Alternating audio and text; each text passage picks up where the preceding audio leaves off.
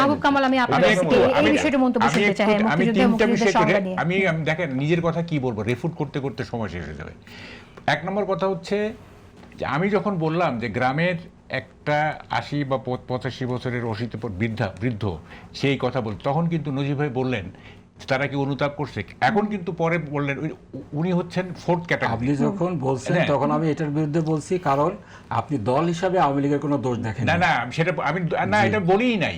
শুনেন, তখন আপনি বললেন কি যে সবাই বলেছিলেন, আপনার কথা আমি রিফিউট করেছি। আপনি বলেছেন যতদিন স্মৃতিসৌধ থাকবে ততদিন আওয়ামী লীগ থাকবে। এই জন্য আমি ৮০-৮৫ বছরের একজন বৃদ্ধকে যখন আওয়ামী লীগ করার অপরাধে ধরে নিয়ে গিয়েছে আমার এলাকায়, আমি নিজে প্রতিবাদ করেছি।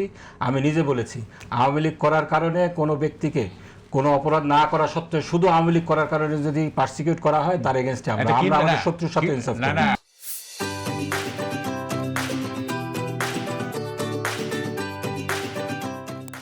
গত টার্মে আপনি বললেন, একটু শুনি, আপনি তাই বলে এটা না আওয়ামী লীগ দল হিসেবে যে অপরাধ করেছে সেটা আপনি বললেন যে সবাই একই রকম। এই যে দল হিসেবে অপরাধ, সেটা নিয়ে পরে শুনবো আপনি। হ্যাঁ বলেন। আপনি বললেন যে সবাই এরকম, কিন্তু পরের বার আপনি বলতেছেন যে এটা ফোর্থ ক্যাটাগরিতে পড়তেছে। আচ্ছা, প্রথম দুই ক্যাটাগরি। 2 নম্বর কথা, 3 নম্বর কথা দেখেন, একটা কিন্তু খুব পজিটিভ দিক আমি দেখতেছি, সেটা হচ্ছে মুক্তিযুদ্ধের ব্যাপারে।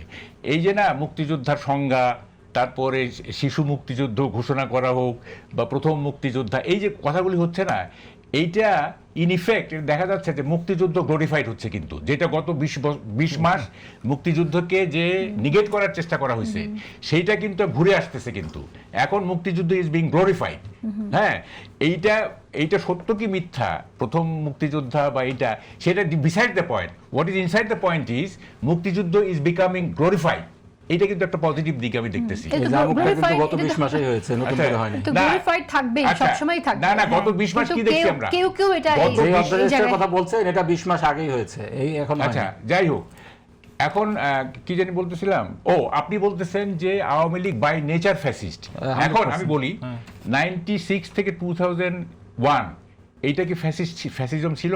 যদি হয়ে থাকে, যদি এটা ফ্যাসিজম হয়ে থাকে, তাহলে 91 থেকে 96 ও ফ্যাসিজম। যদি আপনি বলেন যে 96 থেকে 2001 আওয়ামী লীগ ফ্যাসিজম কায়েম করছে, তাহলে আমি বলবো তাহলে 91 থেকে যে 96 তাহলে ফ্যাসিজম ছিল না। আচ্ছা ঠিক আছে, আপনার কথা উত্তর দিচ্ছি, শেষ করেন। বলেন। হ্যাঁ, আমি বাই নেচার আমি বলতেছি যে আওয়ামী লীগ ফ্যাসিজমের চরিত্র ধারণ করছে অ্যাকচুয়ালি 2013 থেকে 74। হ্যাঁ, যখন গণতন্ত্রকে হত্যা করেছিল তখন। ওটা তো অন্য চ্যাপ্টার। আমি বলতেছি শেখ হাসিনার কথা বলতেছি। আমি Sheikh Hasina tended to be fascist অথবা টু বি টিরানি আফটার 2013। ঠিক আছে, এর আগে কিন্তু আওয়ামী লীগ ফ্যাসিস্ট ছিল না। আচ্ছা, ঠিক আছে, ছিল না, কারণ আমরা দেখছি এবং পিসফুল পাওয়ার ট্রান্সফার একমাত্র আওয়ামী লীগ করছে 2001-এ। কোনো দলীয় সরকার পিসফুল পাওয়ার ট্রান্সফারের ইতিহাস আর নাই, একমাত্র 2001-এ হয়েছে। সুতরাং ওইটাকে আপনি ফ্যাসিজম বলতে পারেন। 2006 হয় নাই? 2006 কি পিসফুল ট্রান্সফার হয়েছে? বিএনপি তো হ্যান্ড ওভার করছে, লোগে বইটা টার্ন আপ করছে তো আওয়ামী লীগ।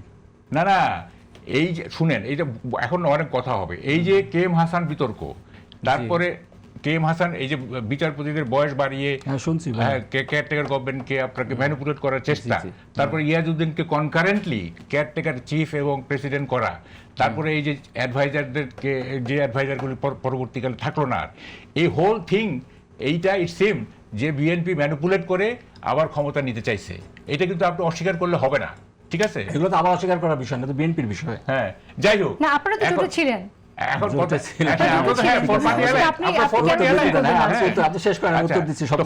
ফলে আপনি যেভাবে বলতে বাই নেচার যদি ফ্যাসিজম হইতো তাহলে কিন্তু দেশের এই আমাদের স্বাধীনতা আসতো না। আমরা আওয়ামী লীগের আপনার বিশেষ করে 66-এর পর থেকে 71-এর যে activity, this is not fascism, সেইটা একটা ন্যাশনালিস্ট পার্টি। এবং মাহবুব কামাল, আপনি বলতে চাচ্ছেন যে আওয়ামী লীগ ফ্যাসিস্ট দল না, কিন্তু আওয়ামী লীগের একরকম স্খলন হয়েছিল শেষের দিকে 2013 সালের পরে। কিন্তু এই কথা অনেকেই বলে যে আওয়ামী লীগ, আমি বলতে শেষ করেন, আওয়ামী লীগ কেয়ারটেকার পদ্ধতি বাতিল করার পর থেকেই ফ্যাসিজমের দিকে টার্ন করছে। আপনি বলছেন টার্ন নিয়েছে, কিন্তু অনেকেই বলে একটা পর্যায়ে গিয়ে তার চরম হয়েছে। আচ্ছা, অনেক বিশ্লেষকরা বলে আওয়ামী লীগের ভেতরে এই ফ্যাসিজমের প্রবণতা বরাবরই ছিল, যা বাকশাল কায়েম করেছে সেই আমরা দেখেছি। আবার সবগুলো পত্রিকাকে কন্ট্রোল করে সাংবাদিকদের জবান কেড়ে নিয়ে সে একই জায়গায় তারা গেছে, গুম খুন করে ওই জায়গাতেই চলে গেছে, যেটা আমরা এখানে চত্বরের কথা